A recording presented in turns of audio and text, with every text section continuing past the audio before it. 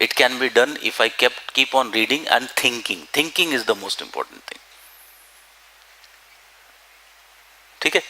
That is how it should be done. Okay. One topic which is left, let us talk also about that also. And this is the topic of cultural geography, which is mentioned in our syllabus.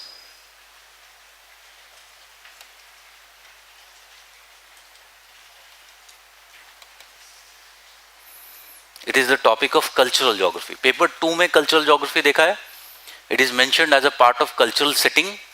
Cultural setting topic is two parts. One is demography of India and second is the cultural setting of India. Culture of India. Here in paper 1, cultural geography is actually mentioned with perspectives in human geography. And here 3 topics are specifically mentioned: languages, religions and secularization, plus there is cultural regions of the world. Okay? 2 topics are in fact mentioned as part of the cultural geography. Now, if we talk about cultural geography, very importantly here, one of the important theme that we have to understand in case of cultural geography is this. First we'll start with question number 21. It is the phenomena of cultural diffusion. Cultural diffusion. And what is cultural diffusion? Discuss its modes as well as barriers to it.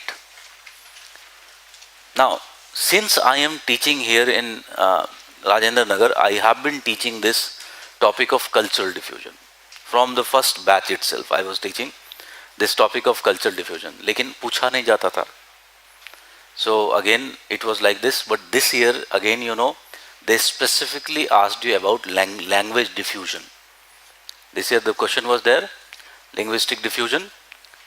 So again, that means in future you can expect they can ask you about the diffusion of religion.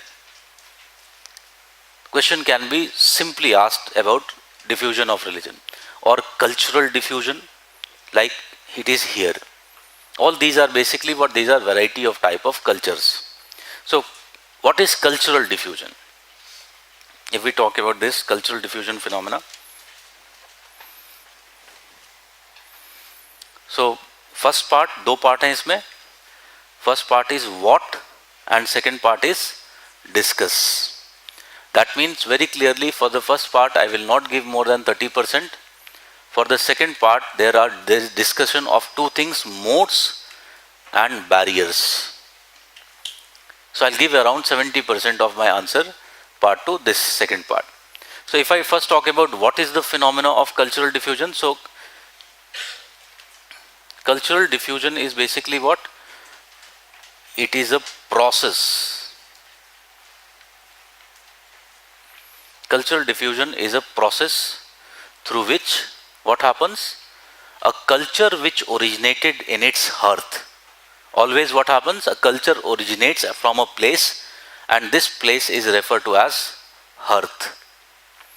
A culture which originates at its hearth, it spreads in time and space. It is spreading in time and space, or it spreads in geographical space over period of time. Spreads over geographical space over a period of time. Can I say this phenomena is fundamental through which the cultures develop? This phenomena is a fundamental phenomena through which cultural variety develops in the world.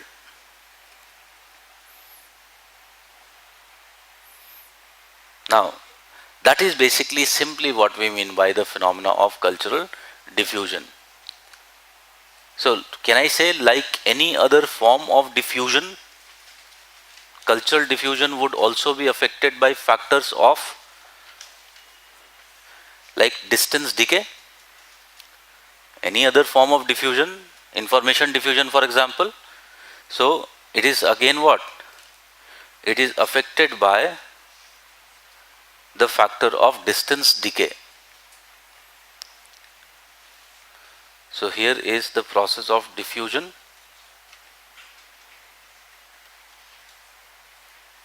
Here I can write also culture. This is the factor of distance. So like any other information diffusion, it is also affected by the factor of distance. That is, it is affected by distance decay.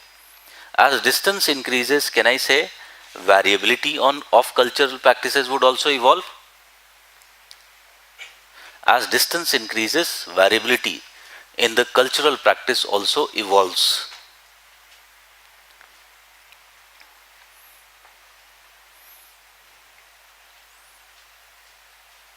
Variability also evolves.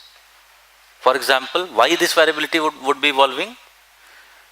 Because this is the origin place of the culture, and can I say there would be less interaction as we go this side. The interaction with the original place, earth, would be less and less. It would be less and less. Thus what will happen? Variety in cultural forms would evolve. Variety in the cultural forms would evolve. ठीक है, we will give examples. Like for example, बहुत examples दे सकते हैं. एक example Indian geography में देखेंगे, language of India. We'll see that Hindi evolved as खड़ी बोली in the area of the Ganga Yamuna Doab and Haryana region, and then it spread in outer space, forming inner band of languages and outer band of languages. When we are in the inner band or intermediate band, what we find, the Hindi has not been too much transformed. So here we will be finding the difference is more of dialect. Like for example, here you go, you will find Awadhi. Here you will be finding Bhojpuri. Here you will be finding Uttarakhand Pahadi. Here you will be finding Rajasthani. So here on the intermediate band, what we find, there is only difference is in terms of dialects, the way of speaking. But when you go as the distance further increases, what is happening with the amount of interaction? It is further reducing. The changes would become more pronounced. And as the changes become more pronounced, can I say newer languages would evolve? So it is pretty much clear. Here you go, this becomes Bengali. Here it becomes Odia. Here it becomes Sindhi. Here if you talk about it, as you go towards south, it becomes Marathi, Konkani, Gujarati. Different languages evolve. Here it becomes, here it is Punjabi. Here it becomes Kohistani. Here it becomes Kashmiri.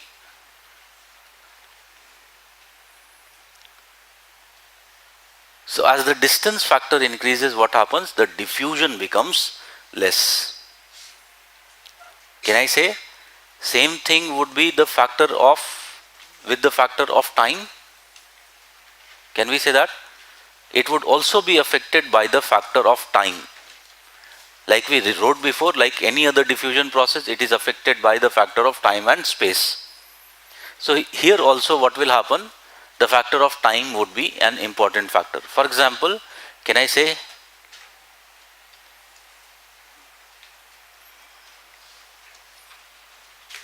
this would be the rate of diffusion, and here is the factor of time. Factor of time. Here also we'll be finding that the diffusion, rate of diffusion process would be following something like this type of scenario. You can take number of examples, like for example, if I take the case of rise of or spread of Christianity, for example. If we take the spread of Christianity, can I say Christianity initially when it evolved, it was comparatively limited. It was limited to which areas? It evolved from the same area of the Semitic earth, which is in the Arabian Peninsula, Arabian region, Semitic earth it evolved. So it was limited to where? It was limited to the nearby regions like Europe. So it mainly spread into where? Europe and Northern Africa.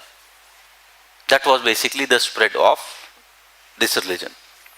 And can I say this was the spread of this religion up till the medieval period? Here I can simply talk at the beginning of Christianity. This point, this can be referred to as the Renaissance. Renaissance period.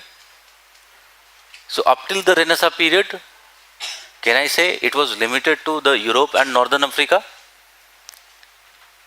After this period, what has happened? Christianity has seen very, very fast spread. So it has seen that ultimately it can be seen that Christianity spread to newer areas, the newer world was found, there was age of explorations, and Christianity spread to newer areas, in the colonies mainly. 3 major colonies were North America, South America and Australia, where they also settled. Other continents, we'll see that it was like South Africa, again they settled there. But in other ways, here, बाद में देखेंगे अभी, I'll talk about the modes. So that is what, when the migrants themselves are taking the culture, we'll call that as migration diffusion. But in other places, there was like missionary diffusion, hierarchical diffusion. But clearly that allowed what? Spread of Christianity to various parts of the world. Can I say now, by now, it has spread to wherever it can mostly spread? And can I say now the conversion of people into Christianity is less? So particularly if you talk about this period, can be taken as the Second World War. And after this period, what has happened? The spread of Christianity has very clearly slowed down. So any process of, like any other process of diffusion, cultural diffusion is also constrained by the factor of time. Initially it is limited, then it becomes higher, and then it again reduces. Okay? This is what we simply mean by the phenomena of cultural diffusion. Okay? So that is the first part. And I think अगर हमारे पास 3 pages हैं उसको लिखने के लिए इस answer को, तो again already I would have breached the 1 page,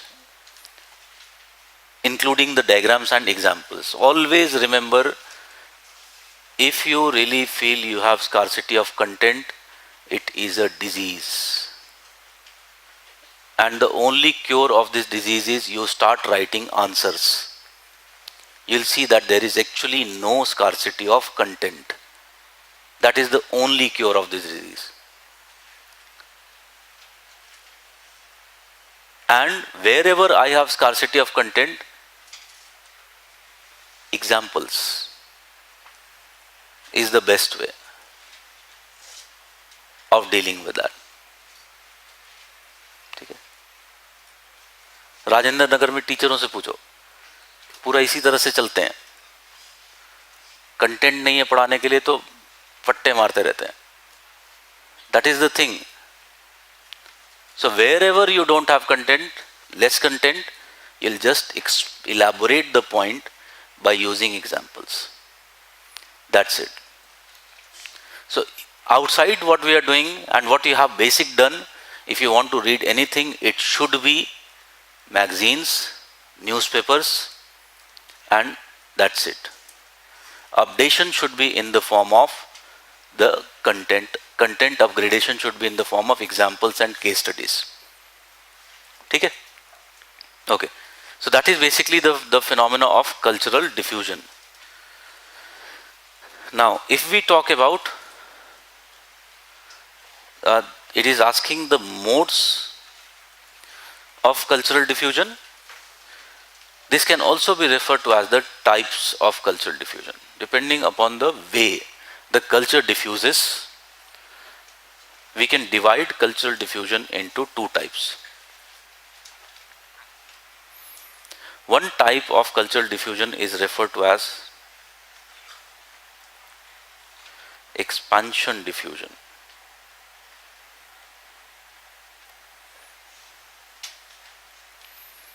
And second is relocation.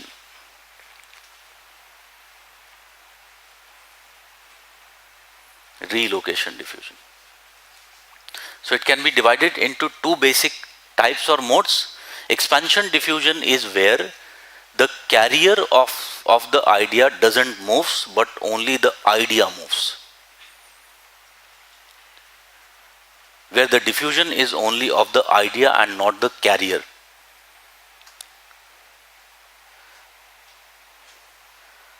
So this form of diffusion is what? It is expansion diffusion. But where the idea is carried by the carrier, that is basically what? Relocation diffusion.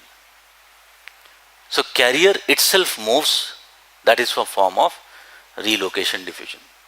Now expansion diffusion can be of two types. One is the case of contagious diffusion.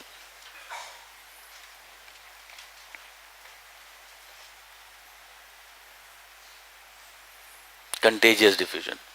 And second, if you talk about, it is referred to as hierarchical.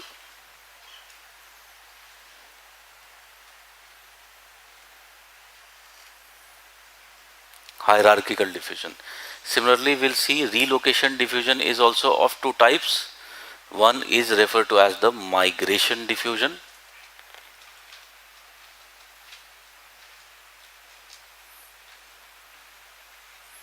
And second, if you talk about, is referred to as the missionary diffusion.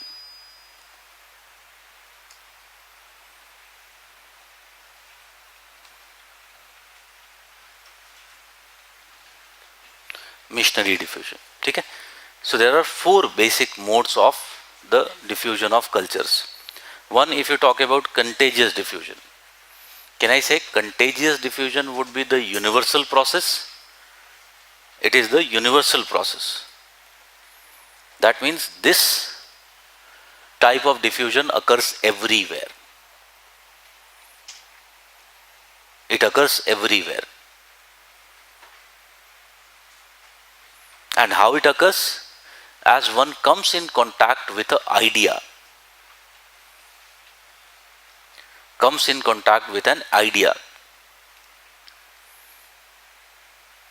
he may acquire that cultural idea.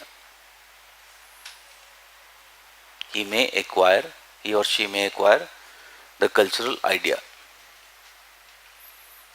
You can understand, can I say, it is this type of diffusion which would be most affected by the factor of distance. Can we say that? It would be most affected by the factor of distance and time. That means this type of diffusion is what? It is a slow process. It is a slow process which would experience the phenomena of distance decay.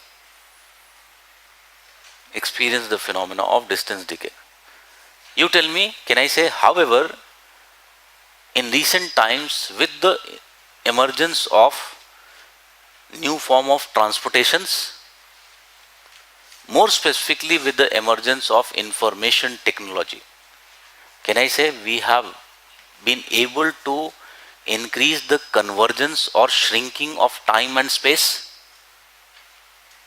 contraction of time and space, as a result of which this contagious diffusion process has become comparatively faster.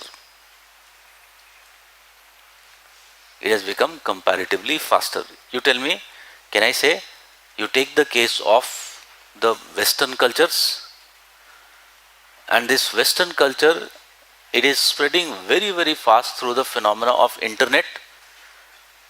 We acquire so many types of cultural practices from the internet or from the prevailing media.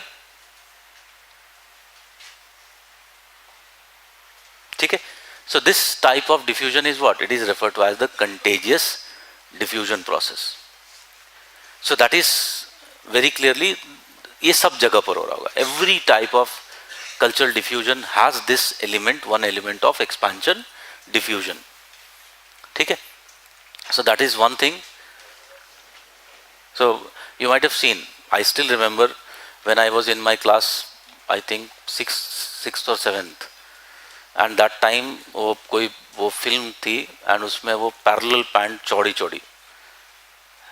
That was the culture which was there, fashion उस समय बन गया था. So I cried at home, बहुत झगड़ा वगड़ा किया कि मुझे वैसी ही पैंट सिलवानी है. Then ultimately my father somehow, my mother was able to convince, so I ultimately got my pants, and the next day you cannot imagine how proud I felt. So again, that was basically what? I acquired that culture by seeing a movie. So in present times what has happened? Variety of cultural practices, they are diffusing even without actually we are physically coming in contact with that idea. It is basically through the media or the internet we are able to, the various modern ways of mass communication. So what has happened? There is shrinking of time and space.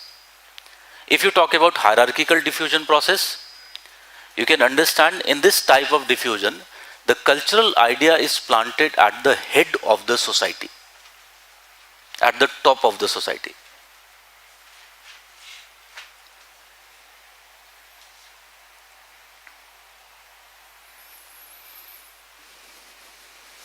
It is planted at the top of the society. So again you can understand, it is top of the society can be in the ancient times or in the earlier times or even in today's type. In the case of tribal communities, it would be the leaders, community leaders.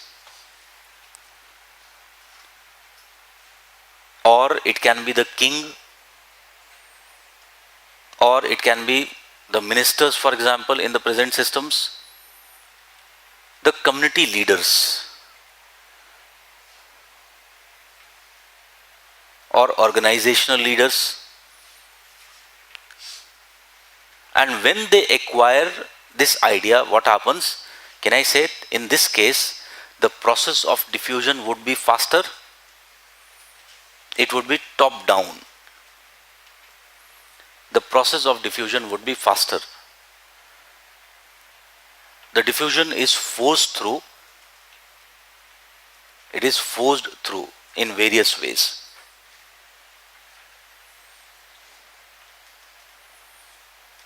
So you tell me, can I say this would be one very common form of diffusion which is acquired by many religions? Like for example, take the case of Buddhism. Can I say Buddhism has grown in a similar manner? It has very clearly grown in a similar manner. It was the way Buddhism grew so much faster. Okay? Similarly, can I say, I can take other examples. Like for example, you tell me, can I say in recent times, Government of India is trying to spread the use of Hindi in a similar manner. It is the process of hierarchical diffusion. It is being forced through. For example, if you are publishing your examination papers in two languages, Hindi and English, can I say it is a way of forcing through? Okay? So such type of diffusion is referred to as what? It is referred to as hierarchical diffusion. Similarly, others you take, like for example, can I say Green Revolution? It was again through the mode of, one of the common mode was hierarchical diffusion. Various infrastructures were provided by the government. The HYV seats, the subsidies which was given. It was again what? It was an example of hierarchical diffusion. Okay? One thing is very clear, hierarchical diffusion is a faster phenomena. Then, so this is the expansion diffusion. Here the carrier is not moving, it is only the idea is moving. In case of migration diffusion, you can understand it is most easiest. Here what is happening, the idea is carried by the migrants. The cultural idea is carried by the migrants. By the migrants. If you remember, yesterday we talked about, for example, diaspora. Yaad hai? So again it is what? You see that the Asian cultures, the Eastern cultures are today prevalent in the West. Whether it is with respect to religion, whether it is with respect to the living style, whether it is with respect to the food, they are prevalent in the West. You can understand Western cultures are prevalent in the East also, although the movement of Western culture towards the East is result of different factors, different type of diffusion it is. The movement of Eastern cultures to West, it is example of what? It is example of migration diffusion.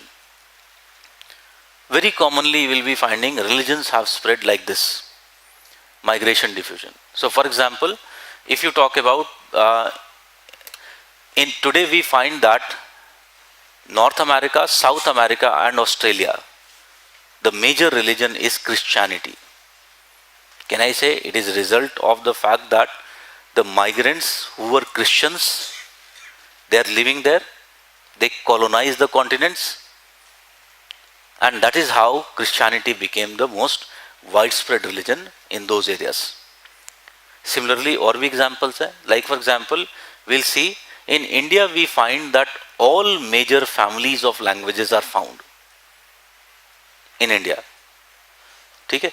So again, why is all major families of languages are found? Can I say? Primarily because all major races of India have migrated, or all major races of the world have migrated into India, and they with them also carried the major languages. So we will see all the major 4 families of languages are represented also in case of India.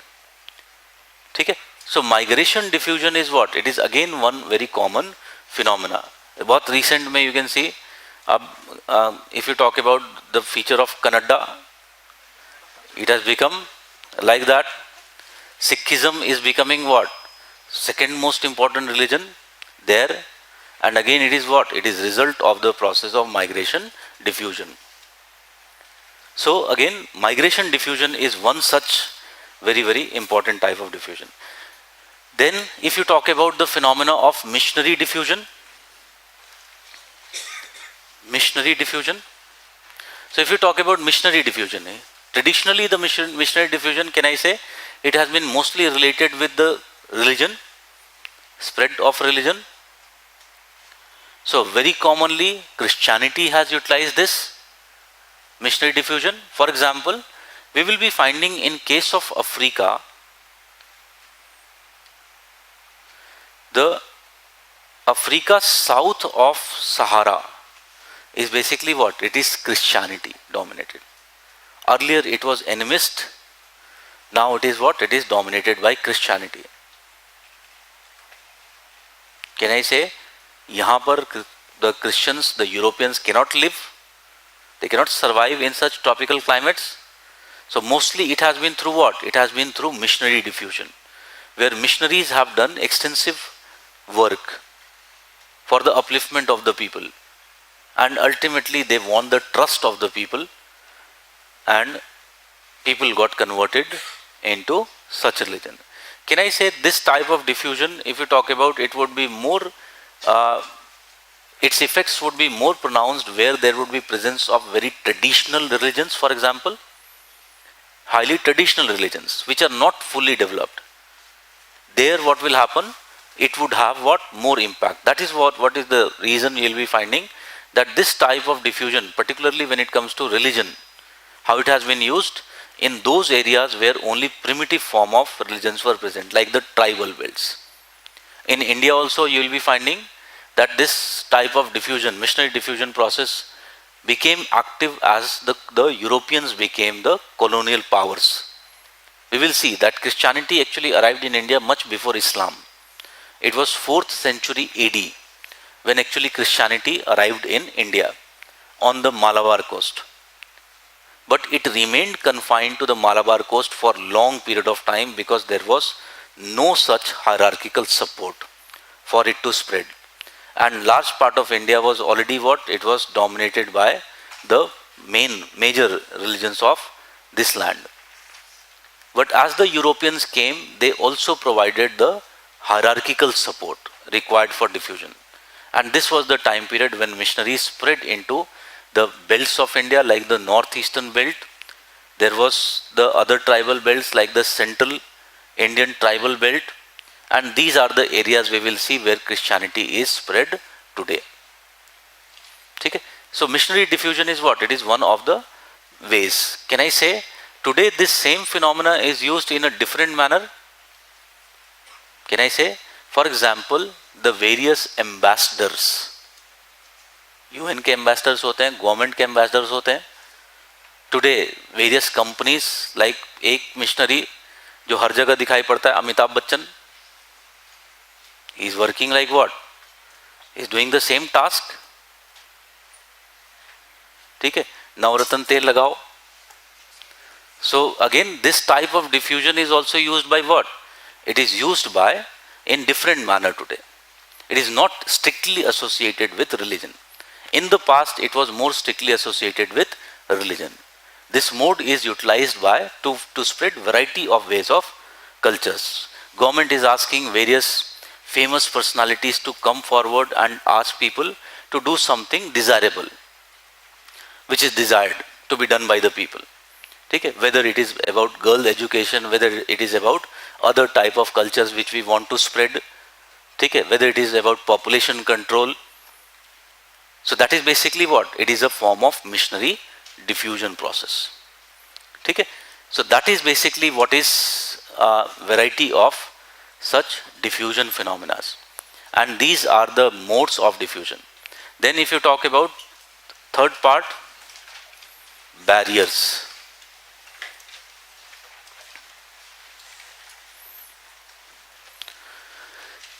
Barriers of diffusion. So can I say there can be two types of barriers of diffusion? Natural barriers. Natural barriers of diffusion, and there would be human made barriers of diffusion. So first अगर हम natural barriers की बात करें of diffusion, can I say one barrier हमने already बात की थी, universal barrier. It is the factor of distance. Any diffusion would always be affected by the factor of distance decay. Distance decay. So this is what? This is one of the most universal barrier which always exists.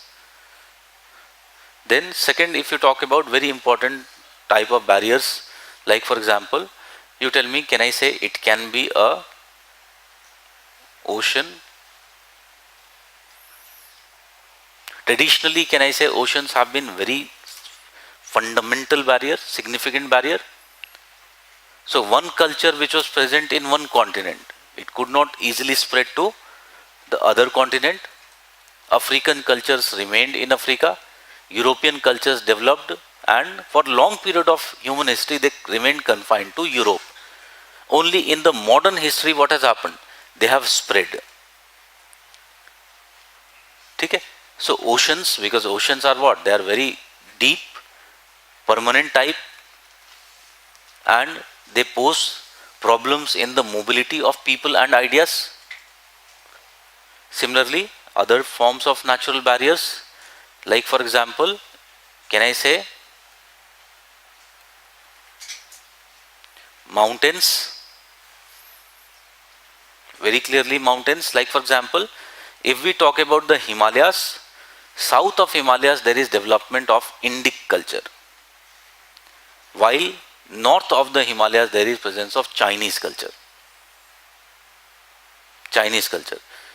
So again, mountains have behaved as a important barriers in the past because it was difficult to cross the mountains for the people. Similarly, other natural barriers like deserts have historically behaved as a barrier. Very good example, अभी हमने देखा था Africa, So here in Africa, the barrier is basically what? The Sahara, which is the transition zone. So here in the north, it is Islam, and to the south it is Christianity. It is Christianity. So deserts have behaved as what? They have behaved as the barriers. Others like dense forests,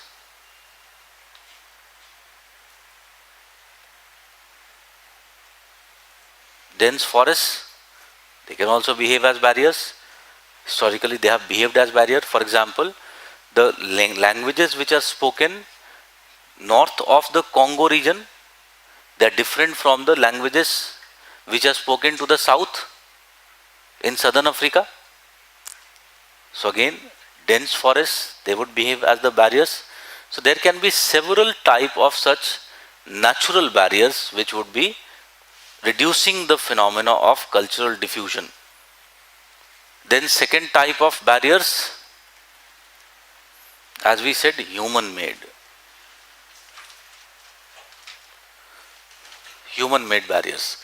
So there can be many forms of human made barrier which can be present. Like for example, you tell me, can I say one of the most universal human made barrier which has been created today, it is the factor of boundaries, political boundaries.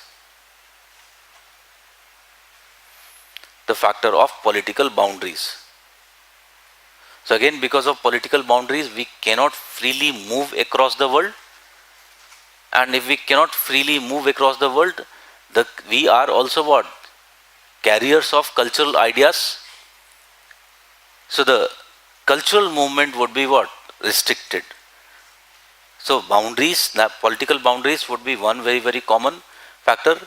Can I say other factors? Like for example, some associated cultures, cultural practices. Sir, in this point, political boundaries, can we say like in present time, like countries are allowing visa-free travel and yes, in Canada? But it is limited, na? It is limited. It is just because of their own advantage. They have some economic advantage, and thus they are allowing that. Okay? And because of that, we can see that there is more emergence of cosmopolitan cultures. There is no doubt about that.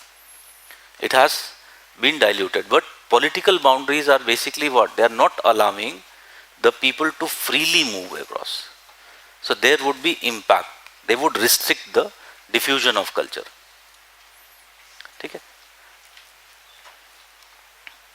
Like, if I just give one example, you can understand, you might be able to relate. If you talk about Delhi, can I say, in Delhi we will be finding so many people migrating from Bihar.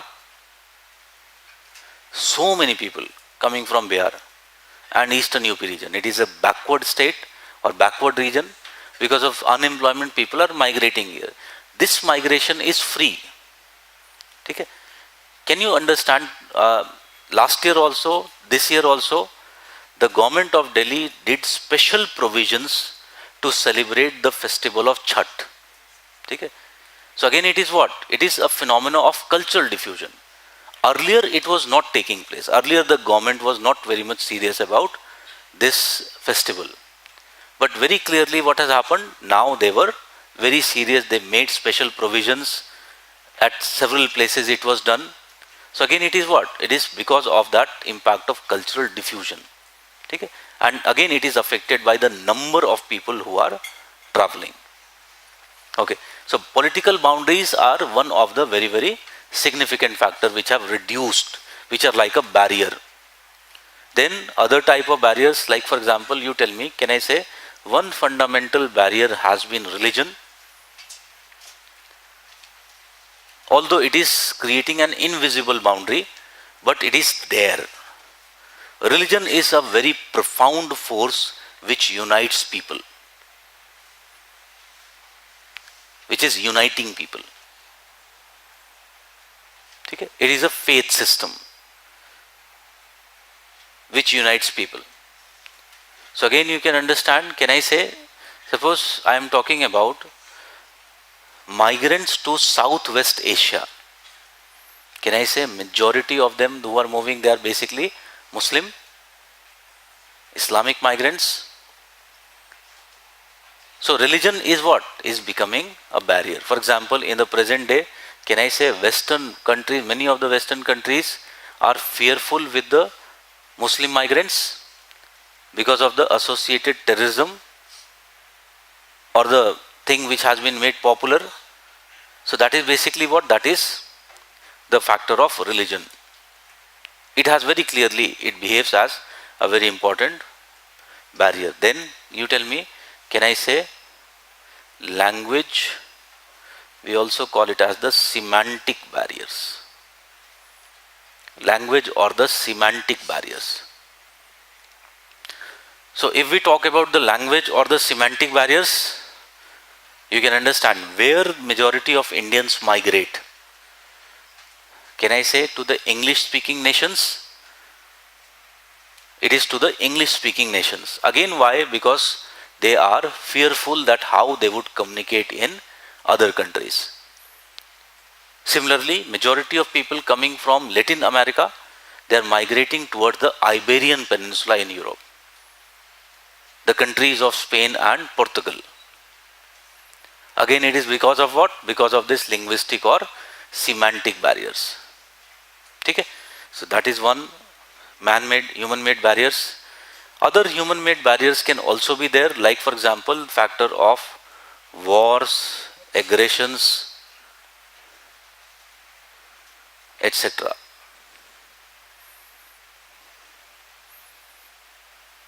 So again, it is what? It is a kind of barrier. Like for example, India and Pakistan में जैसे ही कोई problem होती है, first thing Pakistan कहता है कि we will not play cricket with you. नहीं, India बोलता है कि will not play cricket with you. Pakistan what in retaliation what they do, they ban Indian movies. ठीक है. So again, this is what? These are the channels through which the diffusion of information culture is taking place.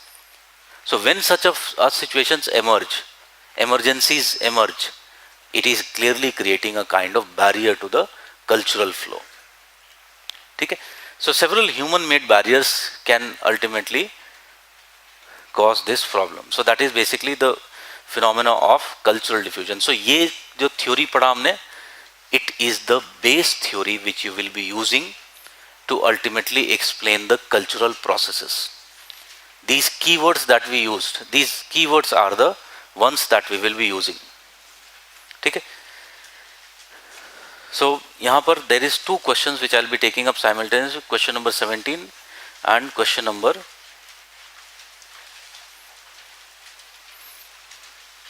20. Major themes of language and linguistic geography.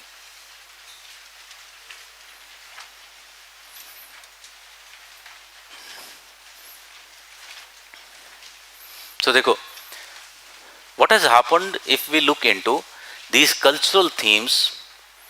All these cultural themes have been studied in two manners. There have been two specific areas, scope of the themes which have developed. So if you talk about these cultural processes,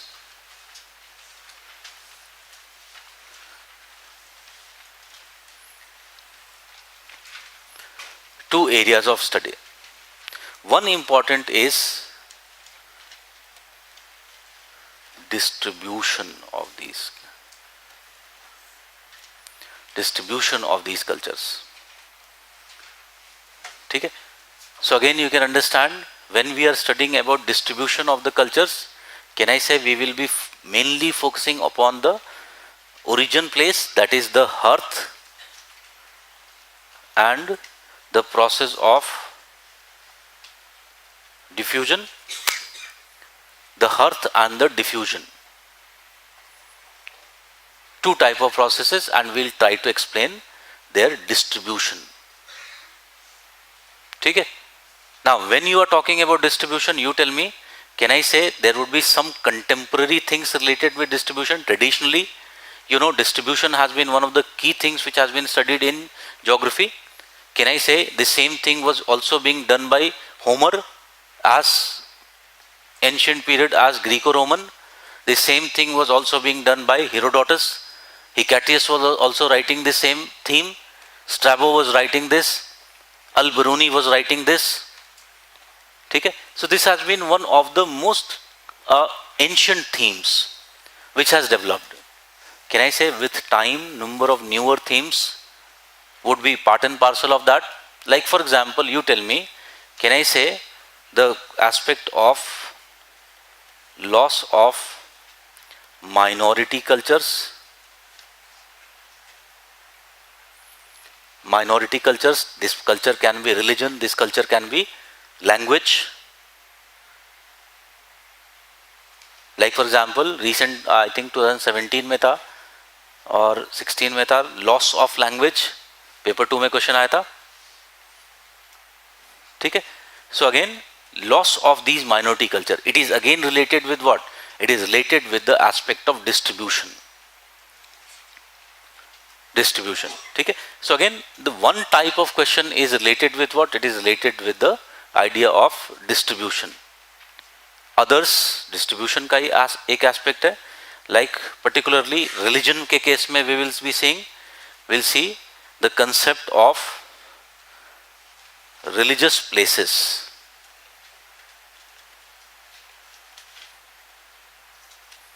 The concept of religious places. So very well you can understand there was rise of humanism in geography, and humanism added such type of concepts. हमने पढ़ा था place का concept, ठीक है, study of place, the meanings associated with the places. So it is also manifested in cultural geography, where we are studying why some places are referred to as sacred places, religious places, why others having similar morphology are not. ठीक है. So that is basically what study of religious places. It is again one aspect. So one aspect of study is distribution, which is related with what? Which is basically the geographical idea of distribution. It can be studied, it is mostly studied in regional perspective. The main perspective which is taken is the regional perspective. But to explain it, the processes are used, the theories are used, like you can use the theory of cultural diffusion. So it is more of what? Chorological studies rather than simply chorographical studies. Second type is, second approach has been influence of cultural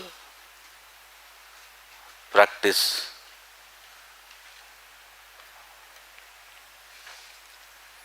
Influence of that cultural practice. How it influences the power relations, how it influences the socio-economic characteristics of the area. What is the basic influence of the cultural practice? Number of them we can give example. Like for example, if I just give example of language first. You tell me, can I say, we can discuss the concept of language as boundary or political boundary? Can we say that? Language as a political boundary. Can I say, for example, हमारे syllabus में mention है basis of geographical basis of Indian federalism, and you must be aware one of the main bases is language. You tell me, can I say, if you talk about Europe, can I say majority of the international boundaries are also linguistic boundaries? They are essentially also linguistic boundaries. So influence of language as political territory or political boundary, that is very important concept. Other concepts like how language is associated with the cultures of majority and minority, because language is something which is so much, like it is very powerful uniter. It promotes feeling of unity. So you can understand, if you go at a place where different language is spoken, and सामने से कोई एक, इतने सारे लोगों में से कोई एक आदमी मिल जाए who is speaking Hindi, will be so much relieved. So again, that is what? It is a very, very powerful uniter. So again, what will happen? How it influences the majoritism, how it is influencing the minoritization. So several factors are being studied as a part of language, influence of language. Okay? So several, that thing, like for example, religion के case में examples दें. Number of them we can talk about. Like today, you can talk about the geopolitics of the world, how it is related with religion. Today we find that we are talking about the phenomena like we are Islamic fundamentalism, or I could use the word religious fundamentalism to be more broad based, because we have found that such fundamental practices have risen many times and they have affected the geopolitics. Today it is the Islamic fundamentalism.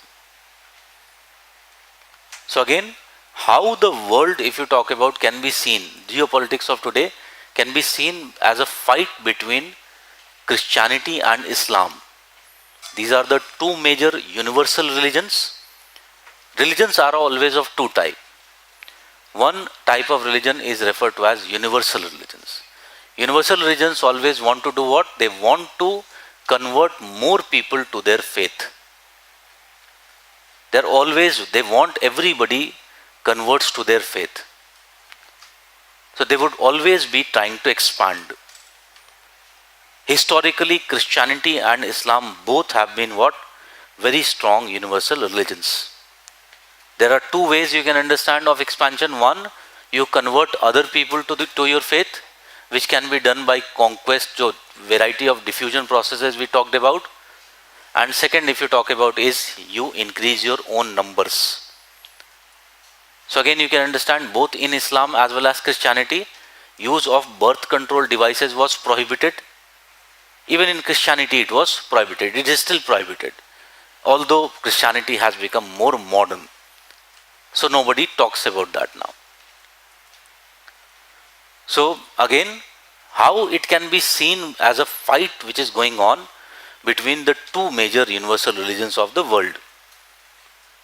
It is one way of seeing the world. Okay? So how religion is influencing, for example, how in India, religion has, you can see very well how it has affected the political scenario since 2014. It is very much clear. घर में खाने को के लिए नहीं है, लेकिन question जरूर पूछेंगे कि बॉर्डर पे soldiers are dying, what you are doing. Again, it is what? Religion has been mixed with nationalism, and a recipe has been created of fooling the masses. So how it is governing the power relations, how it is affecting the power relations, the role of religion in the power relations of the space, other social practices. Like for example, you take the case of demographic patterns.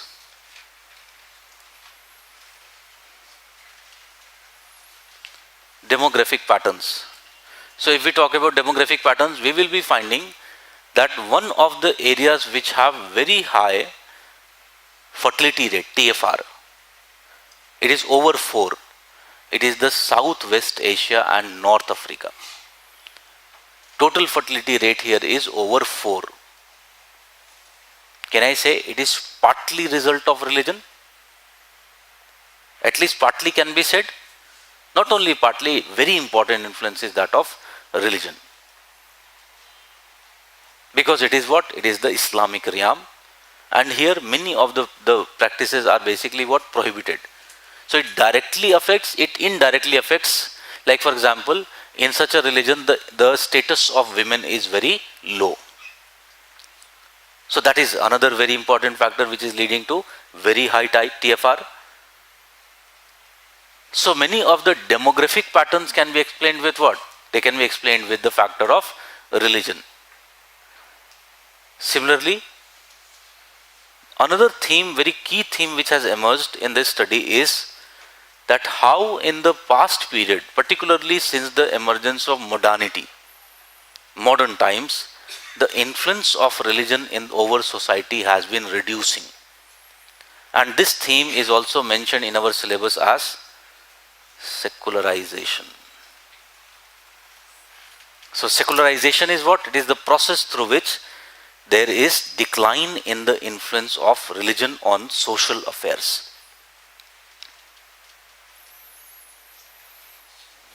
Influence of religion on social affairs. Okay? So these are the two key themes, two type of themes which are present in cultural geography. And language and religion both are examples of cultural geography. ठीक है? So that is there. Language पे पूछा जा चुका है.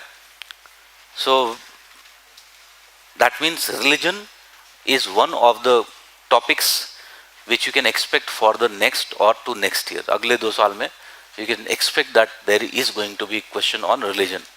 And many type of questions can be asked. 2 questions I have taken up here. One is the case of distribution and second is the case of influence. 2 तरह के question I have picked up because in our syllabus it is just very randomly mentioned, not very systematically mentioned, languages, religions and secularization. So what we study, question arises, what are we going to study in that? So the answer lies here that we will study 2 themes within them. One theme would be that of distribution and other theme is that of influence. ठीक है? So first distribution फटाफट बता देता हूँ. Like for example, suppose if I have to write, what do you understand by the term religious hearth? Religious hearth. Identify the major religious hearths of the world and major religions which originated from them. ठीक है? So if you talk about religious hearth, can I say religious hearth is the place of origin of a religion. It is the place of origin of the religion.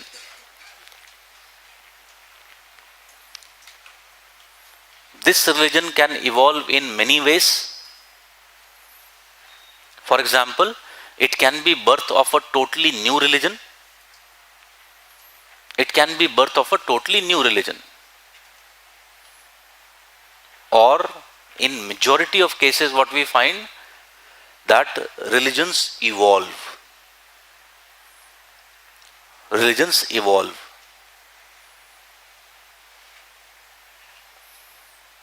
So it might have evolved from an already present religion. Like for example, Buddhism evolved from Hinduism.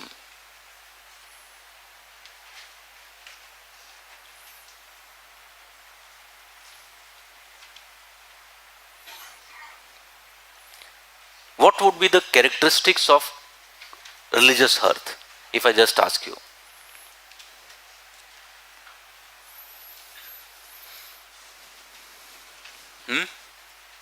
Can I say these would be the places where ancient civilizations would have lived? These clearly would have been the places where ancient civilizations would have developed.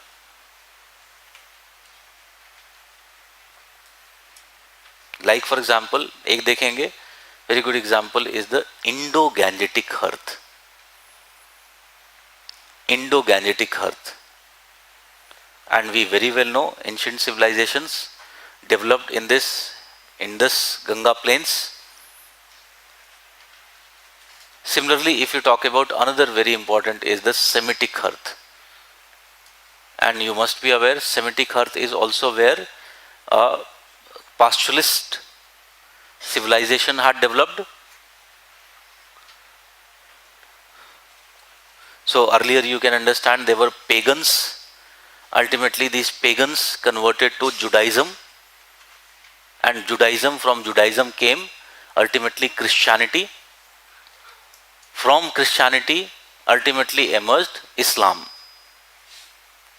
So there was a sequence of religions which evolved from here. Okay? So that is what is the basic characteristic of religious hearth. So many times religious hearth is associated with what? The places where ancient civilizations lived or flourished.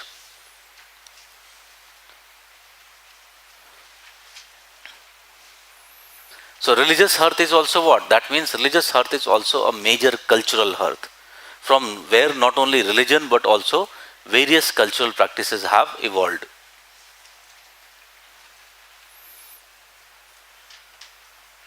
So that is simply what we mean by the term religious hearth. In our question it is asking, identify the major religious hearths of the world. Major religious hearths.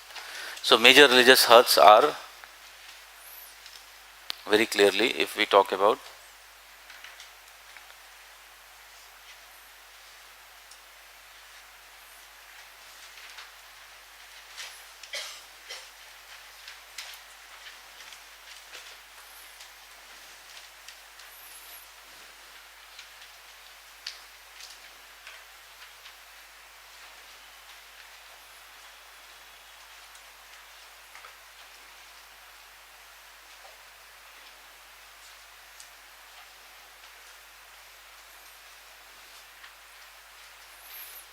so if we talk about two major religious hearths, one important religious hearth is associated with this, is referred to as the semantic hearth. Semantic hearth. If you talk about this, is referred to as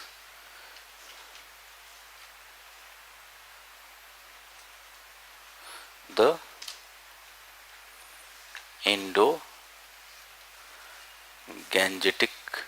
hearth. Indo-Gangetic hearth. From the semantic hearth, the religions which evolved, which are today important religions, because it is using the word major.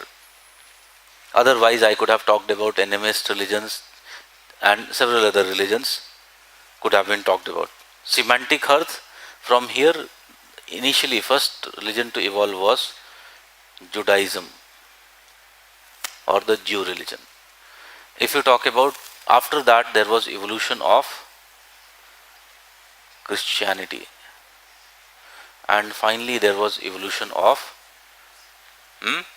it was Islam. So three major religions have evolved from here. You can understand today this is, can I say, the hotspot of geopolitics in the world. Somewhere it is tied to the factor of religion, the factor of faith. There is no doubt about that. Why they are all fighting for Jerusalem? Because each of these claim that there is their sacred place present in the Jerusalem. So that is basically the case of semantic hearth. Then Indo-Gangetic hearth, it has two cores, Western core and Eastern core. From this Western core has emerged two important religions. One is the case of Hinduism and second is the case of Sikhism. Sikhism today has become an important religion of the world.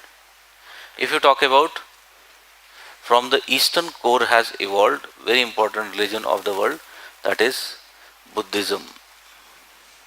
Also there was evolution of Jainism, but we are answering here from world perspective, so we'll limit ourselves to Buddhism. Jainism is not a major religion of the world. It is an important minority religion of India, but not of the world. Okay? So these are the major religious hearths, and these are the major religions which evolved from them.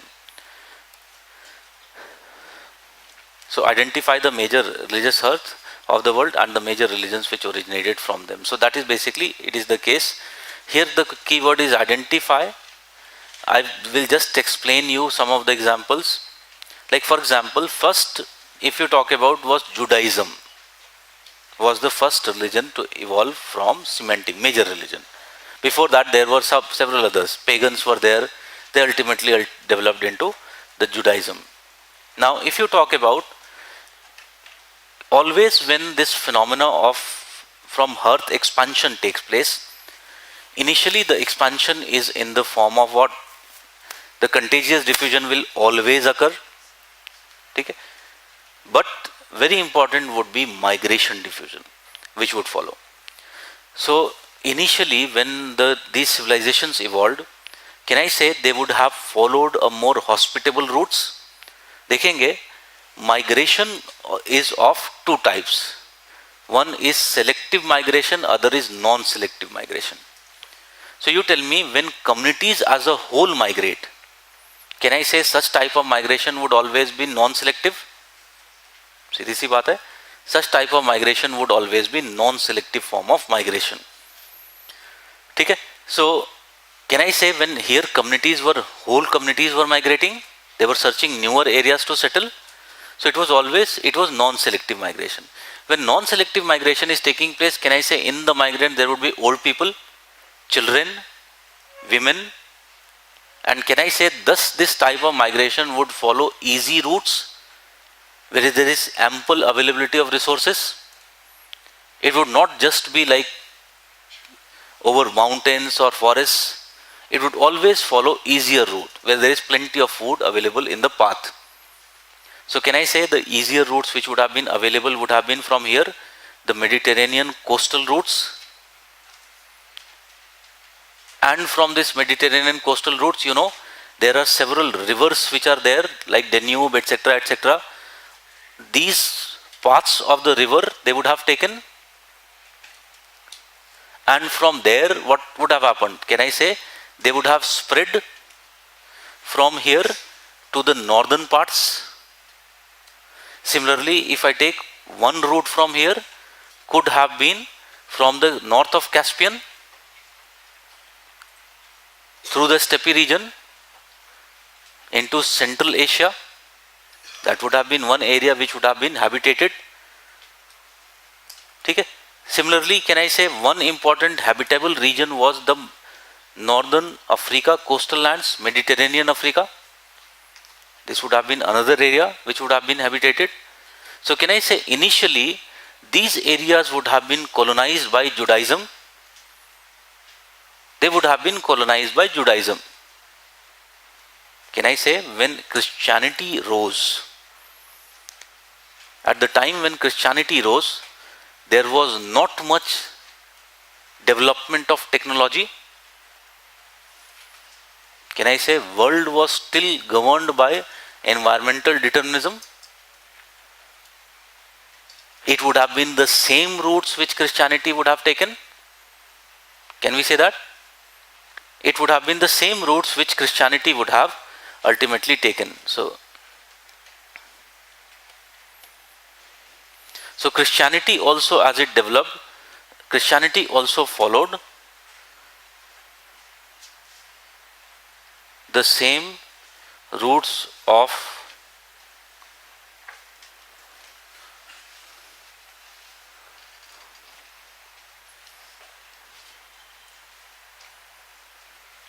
these areas.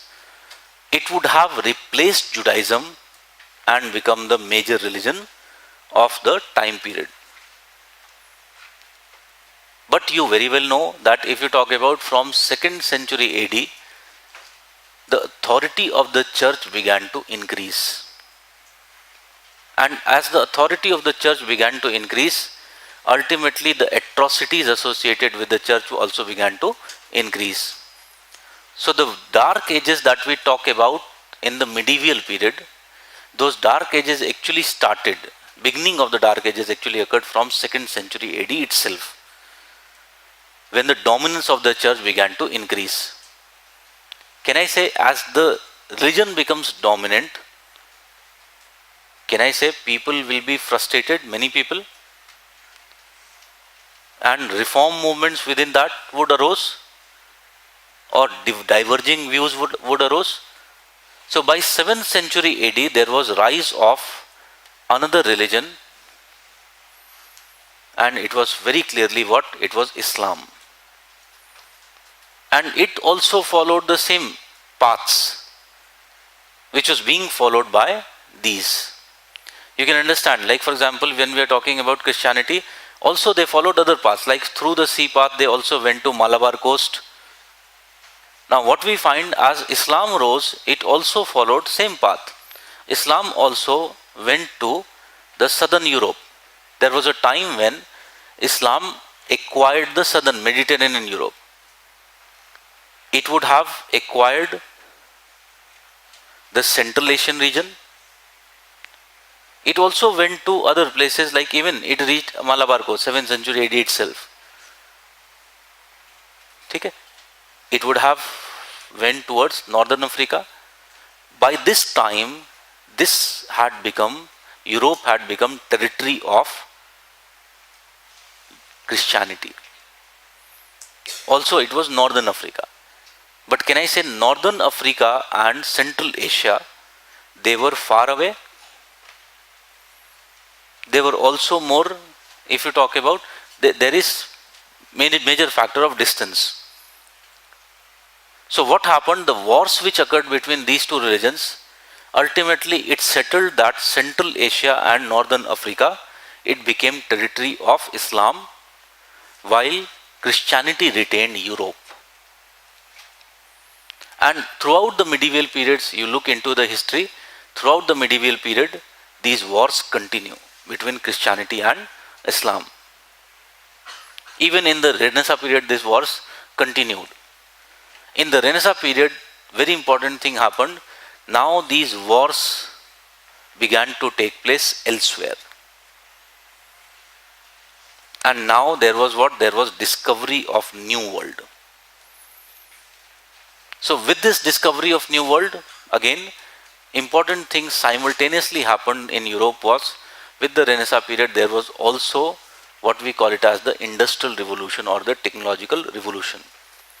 This is the time when Christianity got the upper hand. Otherwise, up till now, both of them had what? They were fighting with similar type of tools. From here, Christianity got the upper hand. And it was, as you know, it was soon able to colonize newer areas of the north of, it was Iberian Peninsula people. They first reached the Latin America, the South America. It was the Anglo-Americans which reached North America. Anglo-Americans also reached other places like Australia, New Zealand. They also began to acquire their colonies where? In Asia and Africa. And it was here in Asia and Africa what they began to do. They began to spread Christianity through which type of mode? Missionary mode. In case of North America, South America and Australia, it was more related with migration diffusion phenomena. Okay? Here at this point, as they formed colonies, there was also support of hierarchical diffusion process. So in many of the tribal belts, what we will be finding, the spread of Christianity was faster. Faster spread of Christianity occurred. Like for example, can I say Africa, south of Sahara, most of Africa is tribal. So south of Sahara, it was spread of Christianity began very faster. India में हमने बोला Central Indian tribal belt, the northeastern tribal belt, all of these were very much affected by the phenomena of Christianity.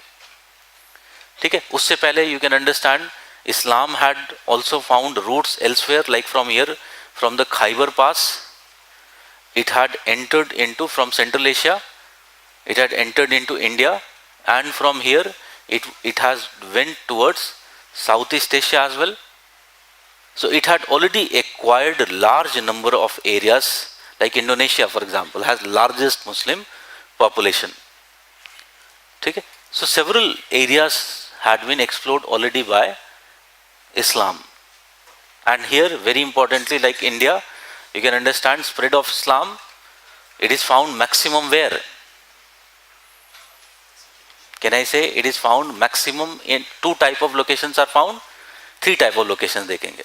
One type of location is related with the headquarters of the Muslim rulers which were there. So you will find that in the Indo-Gangetic plains, as you move away from Delhi, the population of Muslims decline. But it is not decline uniformly. The decline is something like this. Suppose exam में बनाना है मुझे, तो this is Delhi. So what we will be finding? It is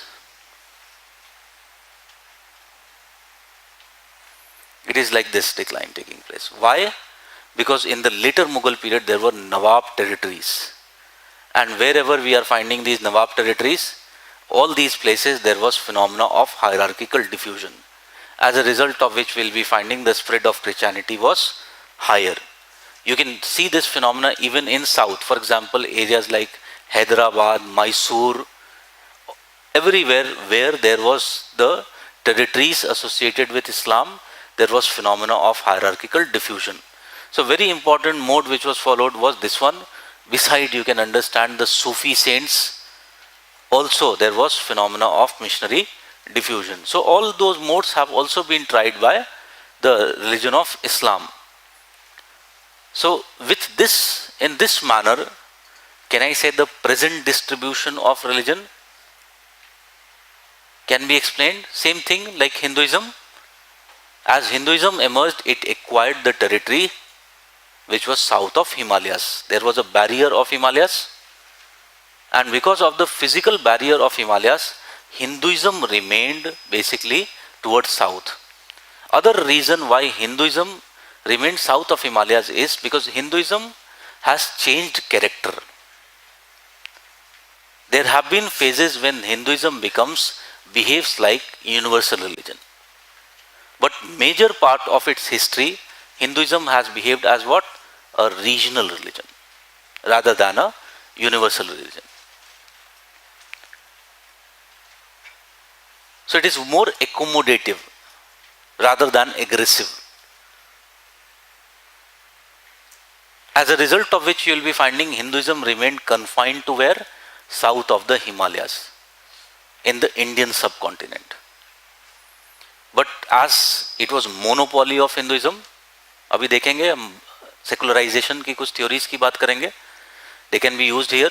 It was kind of monopoly of Hinduism. ठीक है? So we'll talk about one theory which was given by Rodney Stark. So Rodney Stark says that when any system which is where there is monopoly, it would happen what? It would become inefficient system. So in Hinduism also what happened? Began to develop inefficiency, as a result of which reform movements arose from it. And again, if we talk about one such reform movement was in the form of Buddhism. You know very well, Buddhism was associated with less rigid practices. It was more connected with the masses, as a result of which it was able to spread fast. Its faster spread was not only result of the contagious diffusion process, it was supported by the hierarchical diffusion process, which in turn was a result of missionary diffusion which was taking place. So Buddhist monks used to go and convince the people, rulers, to convert to Buddhism. So you can understand Buddhism was able to grow very fast into India, and it began to acquire the territories of Hinduism. It also went to other places, like it went to Southeast Asia, it went to Sri Lanka, it went even to China. Even in China today it is what? A very, very important religion. It was connected through the ancient Silk Route towards China from the north. So there is, there is Aghil Pass, there is Karakoram Pass, through which these are connected. Okay? So it was even able to penetrate towards north. Now, very important thing which happened, because of this it spread to large parts of the world, Asia particularly. But what happened in its country of origin? in country of origin, its success became cause of its failure. It was seen as a threat by Hinduism. And today you might find that people are talking about, many of the RSS thinkers talk about how when Muslims came in India, how they destroyed temples, how they destroyed Buddhist structures. You'll be actually finding in history that majority of the Buddhist structures were destroyed by Hindu rulers. So actually what happened, in its country of origin, Buddhism was lost. Buddhism ceased to be dominant religion. So बाद में देखेंगे that today the Buddhists which are found in India, these are two types. One who have come from migration from China, which are settled in the northern Himalayan belt, the Mongoloids, and the second is which rose as from Ambedkar movement. So these are nothing but converted Buddhists, which were low caste Hindus. Okay? So the original Buddhists, they don't remain. And that is why we will be finding the second type of concentration is near that area of Nagpur. Okay? Where this Maharashtra, it was mainly the movement was most dominant. Okay? So again, देखो, when I was talking about this, if I have to explain the distribution, can I say theory मेरे सामने बहुत clear है? It is the cultural diffusion theory. I will keep on using what was the process, whether it was hierarchical diffusion, whether it was migration, whether it was missionary, whether it was contagious diffusion. I will keep on using these words. This is giving us the literature through which we will be writing these cultural processes. Okay? So that is this question. Then, what are the causes and patterns of secularization in the world? Examine the major views in the theory of secularization. First part के लिए I am giving you 2 minutes. Think what you will be writing. Second part I will talk about.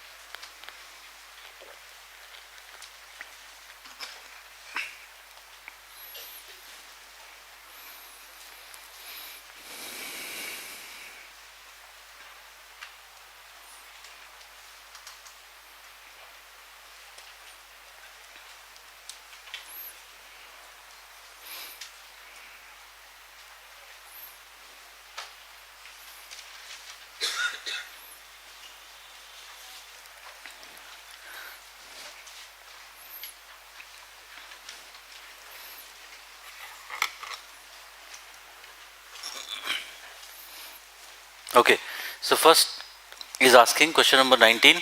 What are the causes and patterns of secularization? Causes and patterns of secularization. So सबसे पहले causes से शुरू करते हैं. Now these causes can be written in two manner. One, simply I can write the causes generally. Okay, that is one way. Second is I can use the major theory of writing the causes. अब यहाँ पर because my task was to give you every view, so I have framed the question in such a manner where first I will talk about general causes and then I will talk about the theory. which are the theories of secularization. But theories will also give me what? The causes. Okay? So if I have to write in the exam, I can simply use the theories to write basically the causes. And patterns of secularization abhi dekhte hain. So if I have to think about the causes of secularization, we find that this emergence of the phenomena of secularization, it is actually associated with the emergence of the phenomena of modernity. Modernity.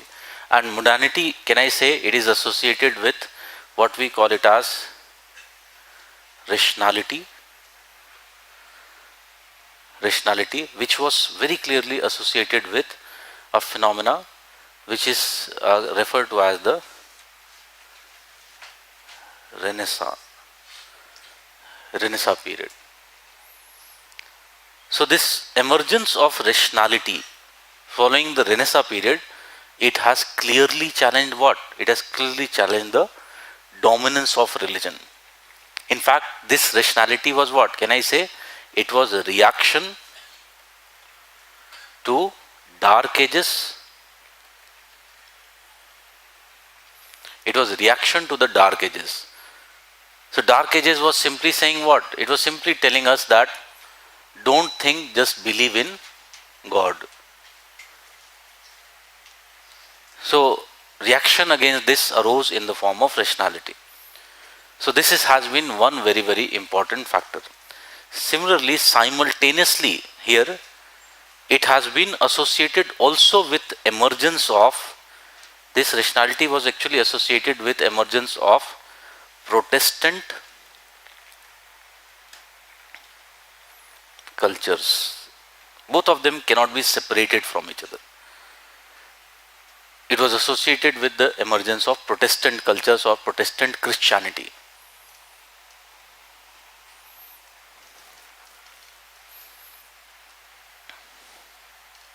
Can I say this cannot be further separated from other factor, and it was this same time also saw emergence of technological revolutions. Technological revolutions, and these technological revolutions, can I say, they have continued.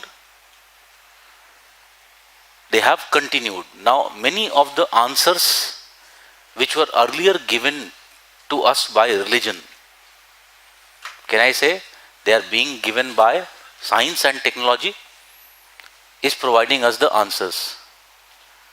So earlier people used to understand that there used to be something what is referred to as udan khatola, something with which you can fly, or birds Jatayu used to take people to other places. But today science and technology has created aeroplanes. So you can just fly to other places. So many of the things which were earlier explained by religion, today they are being what? They are being explained by science and technology. Okay? So you can see, like for example, if you look into the Indian movies, earlier movies, in all of them you will be finding doctor comes out of operation theatre and always says, "Ab mere haath mein nahi hai." You just pray to God. Now you will be seeing that the culture has what? It has changed. And this type of saying is less seen in the movies. We are more clearly believing more on the medical technology. Okay? So again, it is what technological revolution has played very, very dominant role in this phenomenon. There has been other form of changes. Associated with these changes has been origin of nation states. Origin of the nation states with their central bureaucracies. So if you talk about central bureaucracies, can I say these have replaced, they have overtaken the role which was earlier played by church. Today, government is doing the same functions which was earlier being done by the church. And government, what is the, in majority of the countries, what is the role of government? Can I say it is secular? It is not associated with any religion, it is neutral.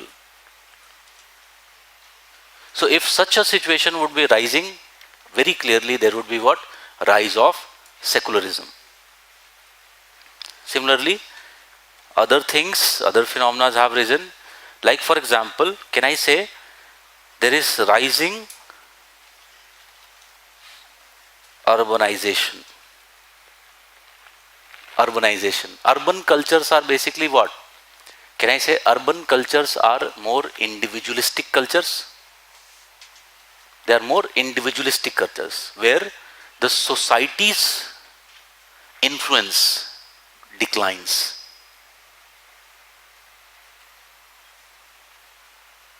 They are less community oriented, they are more individualistic in nature. We don't have time in the urban society to spend time with the community. So if such cultures would be rising, can I say the traditional community controls would be on the decline? And religion used to command obedience. One way was very clearly what? Community way. It was very clearly community way. Okay? So earlier it was like ki if you don't go to mandir or temple or mosque, everybody would ask you why you not going.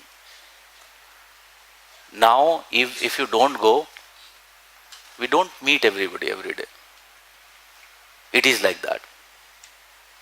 So it doesn't, we don't care what they think. So this type of culture, when it is rising, will not be becoming obedient to follow the social norms. So again, it would give rise to what? It would give rise to such type of secularization. Others also, like for example,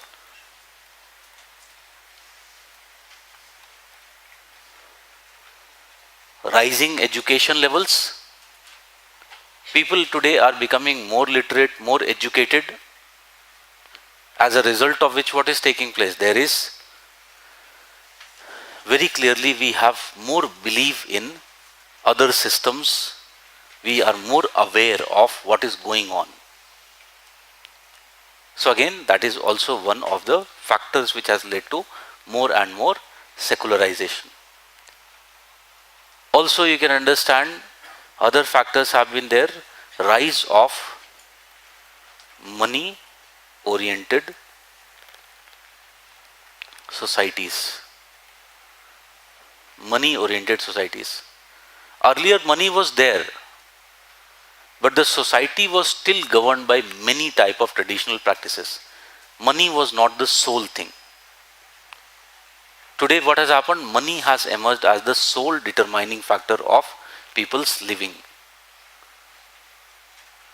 So we are living in a more economic society rather than a social society, which is more governed by economic principles rather than the social principles.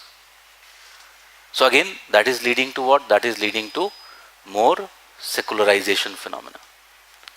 So several general factors I can, agar suppose karo mujhe likhna hota, I could write these general factors and I could simply say that there is rise of secularization. Okay? So that is the case. Second question part is asking you pattern of secularization.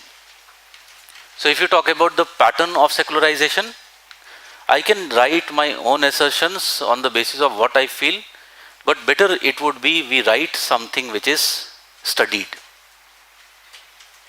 Can I say a general perception on the basis of factors we cited would be that the Western world is more, has experienced more secularization. Experienced more secularization than the Eastern world or than the developing world.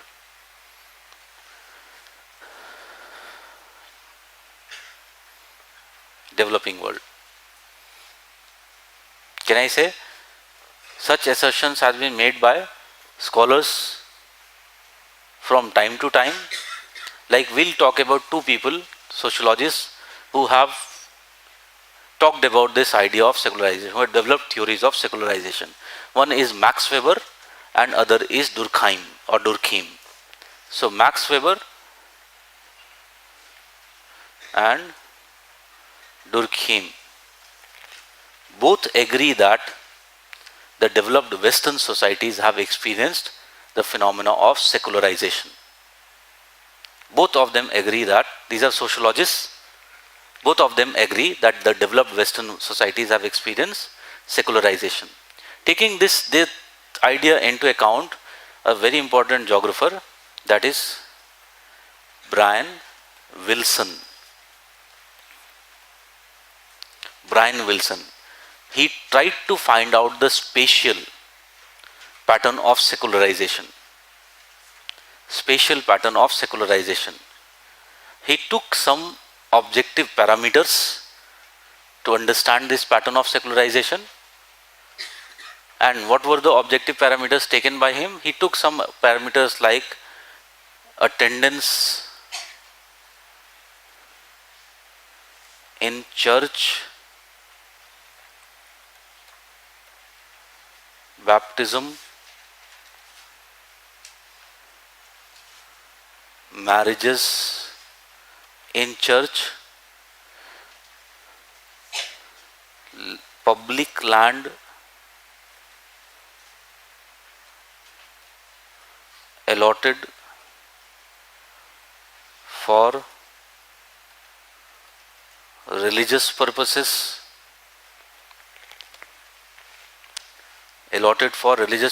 etc. So taking some of these criteria into account, Brian Wilson studies two continents which are basically the developed world, Western world continents. And he studies North America and your Europe. It is pretty much clear the other continents are basically what? They are still developing. There is less secularization there. In this Western world, there is more secularization. He comes to conclusion that Europe has experienced more secularization. While if you talk about North America, it has less secularization. Less secularization. Okay? So why more secularization in Europe? Because Europe has experienced the phenomena of modernity, rise of science and technology. All those factors that we talked about, Protestant culture, several of these factors have been experienced in case of Europe.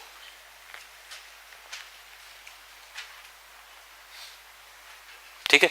So that is why he simply cites that Europe has experienced more secularization. But all these factors are also present in North America. Then why he finds that North America is experiencing less secularization? So he simply says North America has experienced a special phenomena. Special phenomena. And in this special phenomena, what is taking place?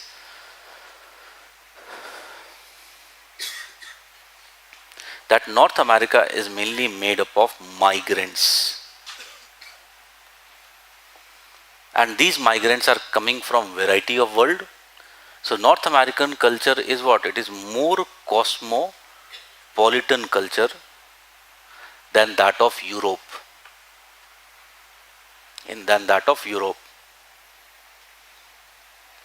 So in such cosmopolitan society, what is taking place?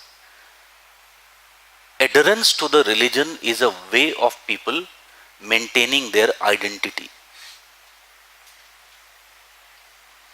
Adherence to the religion is the way through which people maintain their identity.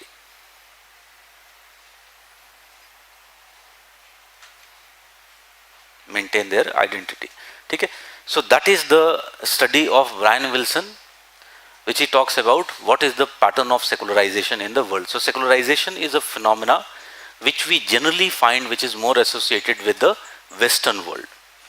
Even in the Western world, there are two continents. Europe is considered to be more experiencing secularization, while North America is less secularization oriented. ठीक है? So that is the pattern of secularization.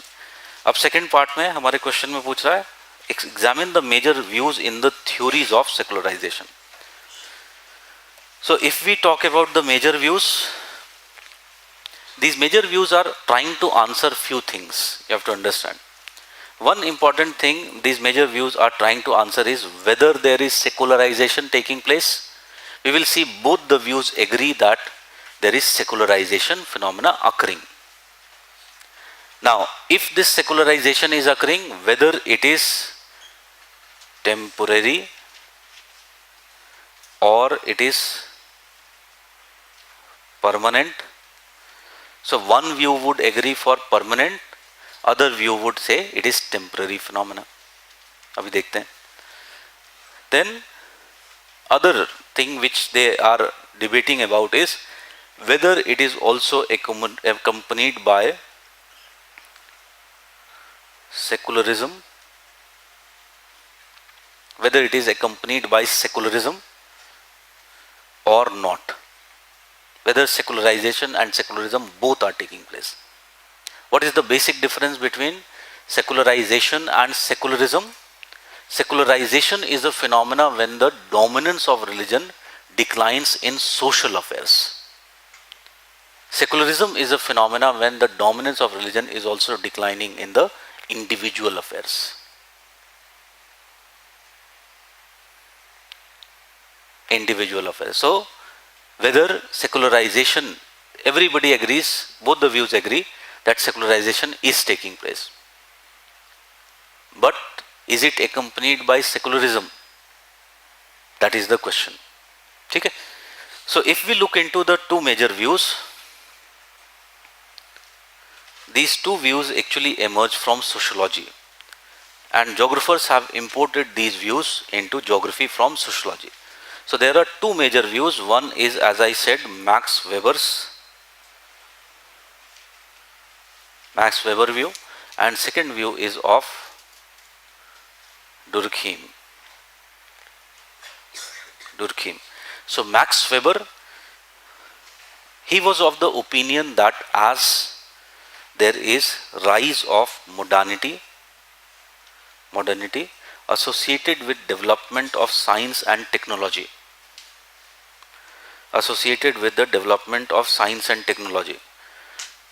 What will ultimately happen? Science and technology would begin to provide answers to many of the questions which were answered earlier by religion. It would be providing answers which were earlier given by religion. So dominance of religion over a period of time, slowly what will happen? It would keep on declining. Dominance of religion keeps on declining. So as society becomes more and more modern, more and more technology oriented, more and more educated, what will happen? The dominance of religion would be declining. So clearly the Max Weber idea is basically related with what? It is related with the dichotomy of two aspects, that there is dichotomy between what is belief and what is rationality. belief and rationality. Religion is based upon what? Belief, while rationality is what? It is, science is based upon rationality. Okay? So it is based upon what? According to Max Weber, these are dichotomous. They have dichotomous tendencies. That means they cannot coexist together in a single system.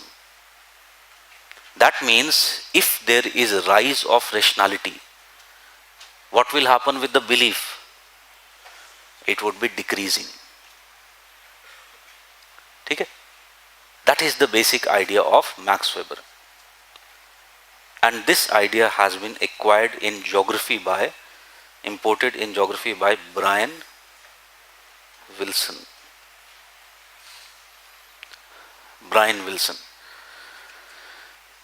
So Wilson explains the same features which were explained by Weber, that as the society becomes modern, science and technology keeps on replacing religion.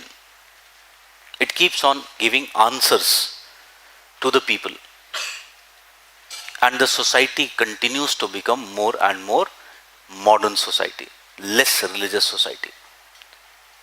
So Brian Wilson says that ultimately thus a time would arrive when society would become what? Fully, there would be full secularization in the society. Okay? There would be full secularization in the society.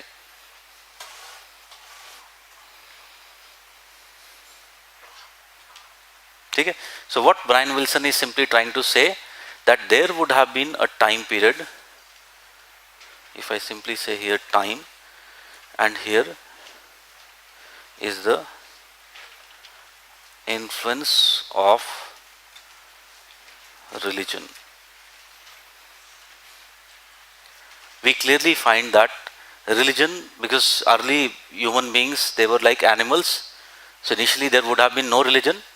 There would have been kept on rise of religion, and it reached its peak, and from its peak, what has happened? Religion has kept on declining. The influence of religion has kept on declining. Okay? And this rise, if you talk about, it has been accompanied by what? It has been accompanied by the rise in science and technology. Science and technological development. Okay? This is your religion. So that is the characteristic of religion. So he accepts clearly the Weber's idea. Now if we look into this idea of Brian Wilson, we can very clearly see that there is several shortcomings which are found in his idea. Shortcomings or criticism of this idea.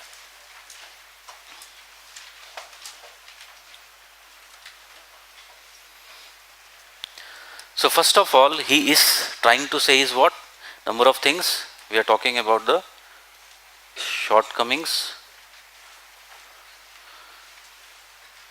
First of all, what Wilson is trying to say is that there is influence of religion is on the decline. Can I say, for this to happen, for this to you explain, first of all you will have to explain what is religion. Can I say religion is one of the most complex phenomena to explain? It is one of the most complex phenomena to explain. Several people have tried to attempt phenomenological definition of religion, and it was found that variety of people have come up with variety of explanations in what is religion. Okay? So first of all, you cannot, how you are defining religion? Then you talk about whether it is declining or not. Some would say that religion is a belief system. So if religion is a belief system, then what is happening? The nature of beliefs change. And we are becoming a different form of religious society. Religion is not declining, the belief is not declining. So how you are defining religion, that is very important aspect in defining the secularization. So that is one thing. Second thing, can you see here in the diagram in which I have made? In this diagram, it implies that there was a time period when there was peak of religion. It simply implies that there was a time period when there was peak of religion. Can I say he imperceptibly means that it was dark ages? It was essentially the dark ages. That is the medieval period. Medieval period is considered as the peak of religion. In other words, he is simply saying that the modern world is more secularized, or it is affected by secularization. Can I say there is no empirical validity to this fact? There is no empirical validity to this fact that the modern world has seen more secularization. So there can be example because there is rise of non-religious sect in total religious comparison. I think world's total 18% population are non-religious in Australia. This can be empirical advantage. And there is, you can say that some evidences, but again the first problem would come up, what do you mean by religion? Okay. People's belief systems would be changing. People, for example, today you are talking about Gandhism. In future maybe Gandhism can become a religion. Okay, so you don't know. Religions start like this, sects. They ultimately later become religion. You can understand Buddha, he was against the bad practices of Hinduism like idol worship. You understand बाद में Buddhism के साथ क्या हुआ? बुद्धा का ही idol बना के worship करने लगे. ठीक है? So beginnings happens in variety of ways. The main criticism is the first one. How you define religion? What you mean by religion? ठीक है? So there is what? There can be considered as, he is considering a peak. But there is clearly no empirical validity to this fact. He tries to give empirical validity himself by taking the example of the study of North America and Europe, on the basis of which he is trying to say, but still it is not validated. Third, very importantly, the criteria chosen by him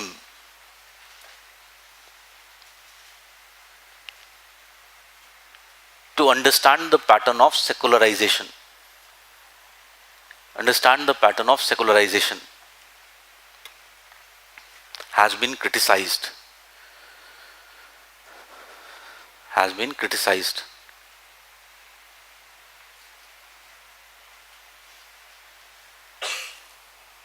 As choice of some other criteria would have given different results. Would have given different results. Like for example, suppose a religious program is coming. How many people are watching that program? That is also what? One parameter which could have been chosen. Why people are not going? Again, maybe instead of attending church, he could have taken the criteria of how many people have created church or religious features in their own house. Religion is getting what? More and more personalized. Earlier it was more social. Today it is getting more and more personalized. So the criteria chosen are subject to criticism. they seems to have predetermined end. So he was already influenced by the ideas of Weber, and he wanted to prove that such a phenomena is taking place. Okay? So that is basically the case of Brian Wilson. There is another viewpoint, and another viewpoint is of Durkheim. Durkheim was basically an atheist who had a positive view of religion.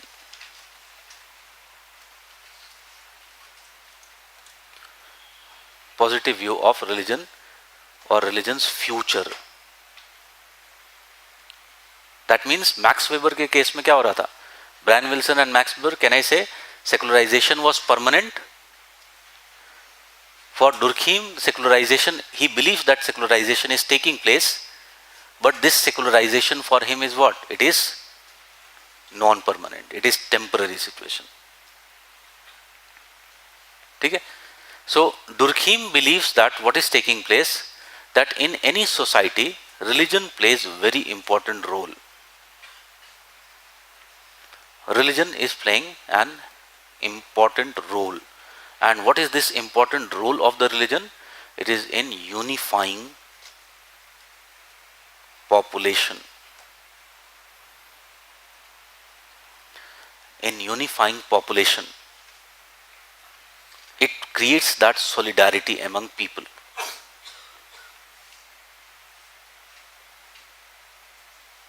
Now, what simply he says that, Durkheim, that when religion fails to perform this task, then what will happen? There would be decline of that religion or that faith system. So when religion is failing to perform this task, there would be decline of that faith or religion.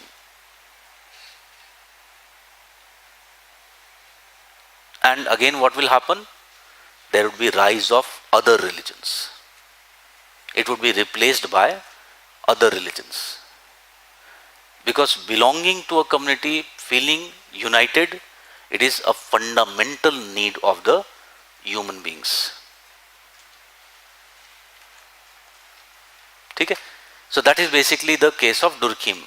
Drawing from this idea of Durkheim, a geographer by the name of Rodney Stark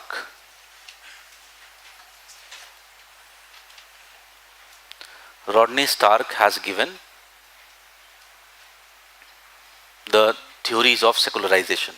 He has given two models. One is the religious economy.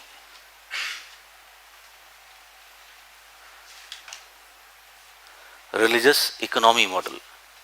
And second is basically the rational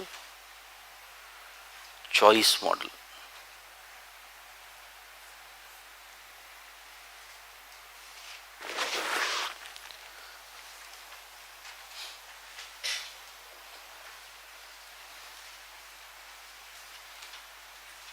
Now, in this religious economy model, what actually occurs? It is found that in any society, people, if you talk about, have some fundamental questions related to their existence. Fundamental questions which are related to their existence. And if you talk about these fundamental questions which are related to their existence, these fundamental questions, science and technology would never be in a position to answer. Science and technology would never be in a position to answer.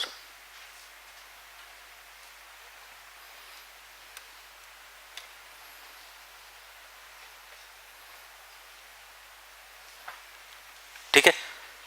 So they would never be in a position to answer. That means there would always be demand. There would always be demand For what? For mysterious answers. Always be demand for mysterious answers. Okay? So you can understand, as a child I always used to think, what was सबसे पहले क्या था? You keep on thinking and you cannot get any answer. What would have been the first thing which would have evolved? There are some questions of existence which are very, very difficult to answer. So under such circumstances, what will happen? More mysterious type of answers would be on the rise. And you can see, I don't know how many of you, but if I have, suppose, 10 friends, out of those 10 friends, if there is some good horror movie, कम से कम 7 से 8 would be interested in watching some mysterious movie. So again, it is what? It is our basic nature. Demand of such type of answers would always be there in the society. Now, till the time period, the religion is able to fulfill this demand, what will happen? That religion would be dominant. Okay? So what is happening? Till the time period, the religion is able to supply such mysterious answers. Mysterious answers. What will happen? That religion would be a dominant religion. It would remain dominant. But one problem happens with the development of society. Religions also tend to become developed and modern. Okay? With the development of society, with the modernization of the society, religions also tend to become modern. Thus, their explanations also tend to become modernized, more scientific. More scientific. And ultimately what happens? Thus, they are unable to supply to the demand. A gap between supply and demand develops. And that is the juncture where other religions would rise and they would replace this existing religion. So what will happen? Its followership would keep on declining. Secularization would follow. But this secularization is not permanent. Other religions would replace that in future. Because that need, that demand of mysterious answer would always remain. So he cites examples of several sects, small sects, which were on the rise in case of Europe. Okay? So which were in the rise in case of Europe. So that is basically his religious economy model. But he is not content. He also explains from the supply point of view. What is the problem? Why it is unable to supply? So rational choice model is given by Rodney Stark. So what Rodney Stark says, that ultimately any system is dependent upon factors like, there can be two types of systems when there is monopoly system, and second type of system can be competitive. Monopoly oriented systems, and second can be competitive systems. So where there is more monopoly, ultimately there would be rise of inefficiency. Inefficiency. And this inefficiency is the reason why it is unable to supply the answers. Okay? Where there is competition, it would be characterized by efficiency. Efficiency. So, because of this efficiency, what will happen? It would be always on its toes to supply to the demand. supply to the demand.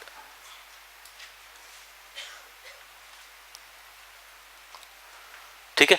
So there is basically what? These two type of systems, and ultimately it would determine what is the case. So Europe was representative of what? Monopoly. So there was inefficiency, and thus there was less supply of those answers. In a more cosmopolitan society of North America, there was more competition from other religions. As a result, Christianity was always on its toes to supply those mysterious answers. As a result, it was found to be less affected by less secularization. Okay? So that is basically the idea which has been presented by Rodney Stark. Here also several problems. For example, if you take the rational choice model, you'll be finding is saying that where there is monopoly, there is inefficiency. But we find that in the Muslim world, there is what? Monopoly. And there ultimately what we find, there is no such thing, there is a strong dominance of religion. So it is not, what is saying, it is not always applicable. Similarly, he is citing here the case of sects. Sects. Various sects were on the rise in Europe. Sect is what? A small group of people having some belief. But again, it is not there is no validity that these sects would emerge into religions. There is no empirical evidence to suggest that they would convert to religions. So again, there is lack of empirical validity in what he is saying. It is just all these are basically what? Hypotheses. We can simply say. Okay? But one thing is very clear, both of them agree that there is more secularization taking place. Although the difference is, here Brian Wilson says that secularization is not accompanied by secularism. He simply says that people would at individual level, they would preserve religious practices. It would become more and more individualistic. For Rodney Stark and for Durkheim, it is what? It is also accompanied by secularism. Okay? So these are the two theories of secularization which are there in the literature. Okay? So we have completed our perspectives in human geography, and I have tried my best. और भी बचा है?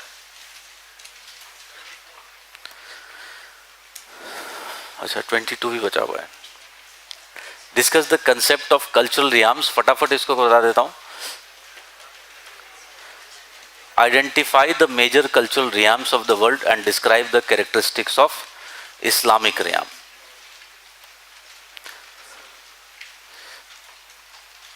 So material में I have given you the second part. First part को मैं करवा देता हूँ यहाँ पर.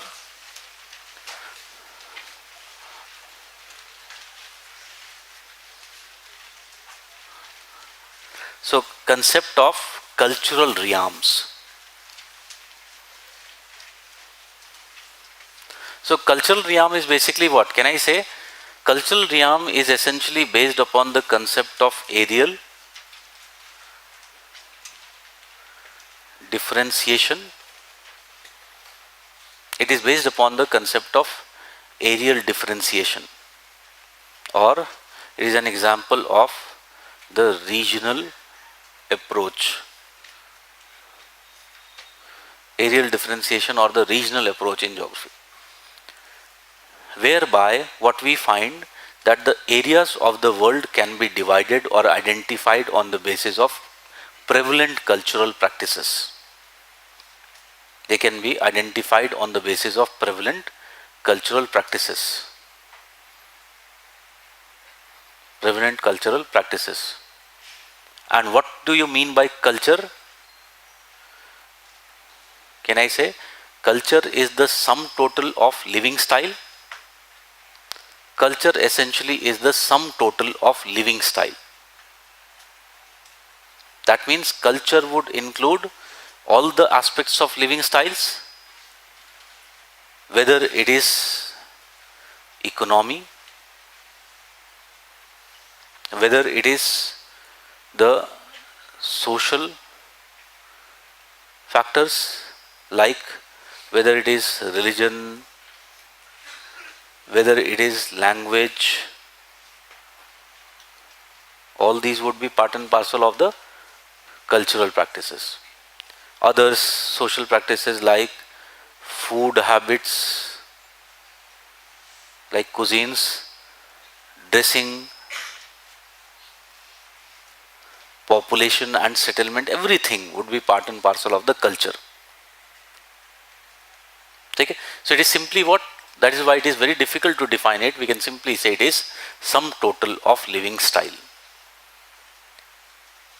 Now, on the basis of this criteria, what we do, we divide areas or we identify the areas. Now you can understand, in defining the cultural regions, there has been two approaches in understanding the cultural regions. One approach is that of Carl Sawyer.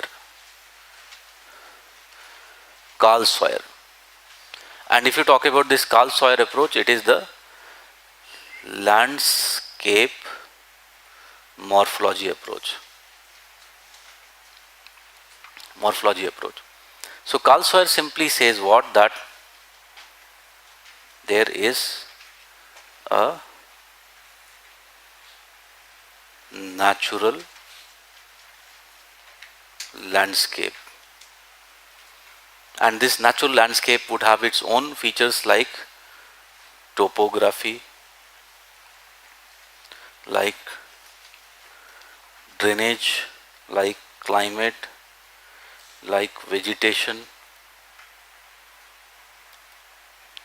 like fauna, like soil. So several features of this natural landscape would be found. What happens? Over a period of time, there is operation of culture. Culture operates over it, due to which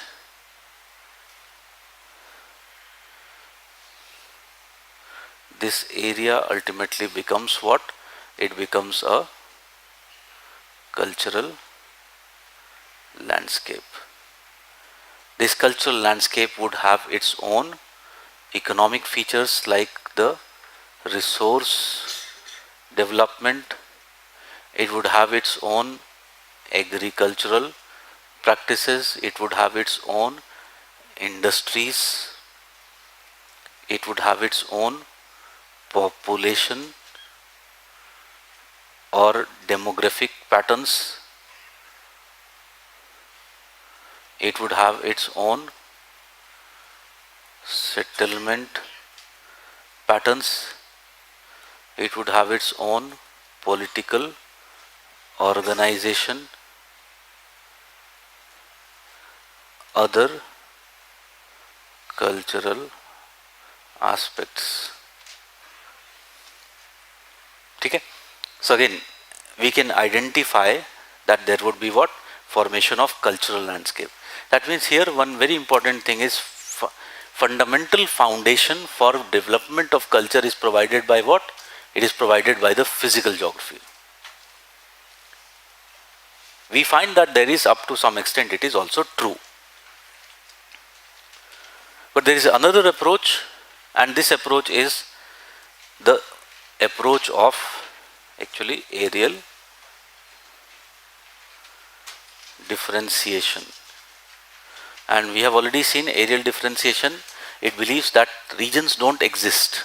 They're just way of looking at the phenomena. So here the cultural regions are formed, or they are on the basis of some element or indexes which can be found. Indices is what we call it as. And they would provide what? They would provide two type of forces would be working. One is the centripetal force and other is the centrifugal there would be centrifugal forces. That means these would create the differences and there would be similarities.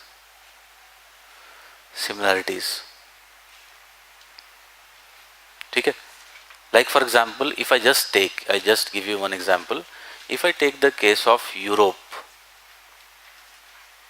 can I say Europe can be called as a singular region, cultural region? What are the criteria which are making it a singular cultural region? Can I say one important factor is that of race? Can I say it is mostly what? Caucasoid races. It is mostly the Caucasoid race. 3 type of races you know. There is Negrito, there is Mongoloid, Negroid, Mongoloid and Caucasoid. 3 type of races are there. So it is uniformly mostly presence of what? It is the Caucasoid races which are there. Then you tell me, can I say it is also on the basis of level of development? It is something which again provides a uniformity in basis. Okay? You tell me, can I say another factor is religion? On the basis of that we are finding the similarities between them. Okay? But can I say further I can subdivide Europe into different regions? हमने अभी देखा था, if I take the factor of language, can I say Europe can be divided into linguistic regions and almost there is coincidence of the country's boundaries with these linguistic regions. So German region or realm can be separated from what is the French region or realm. So it represents what? It represents a different cultural region, while if you talk about French represents a different cultural region. Okay? Again we find that rather than similarities now there are the highlight of difference. So cultural region is what? It seems to be a more conceptual concept rather than the actually existing. So this is the second idea. Now depending upon what you are answering, you can use any of these ideas of the cultural regions. Okay? That is how we study basically the cultural regions of it. We'll apply this when we'll study India. India we will do it in a more detail, cultural regions. So we'll stop, take a break and then we'll continue.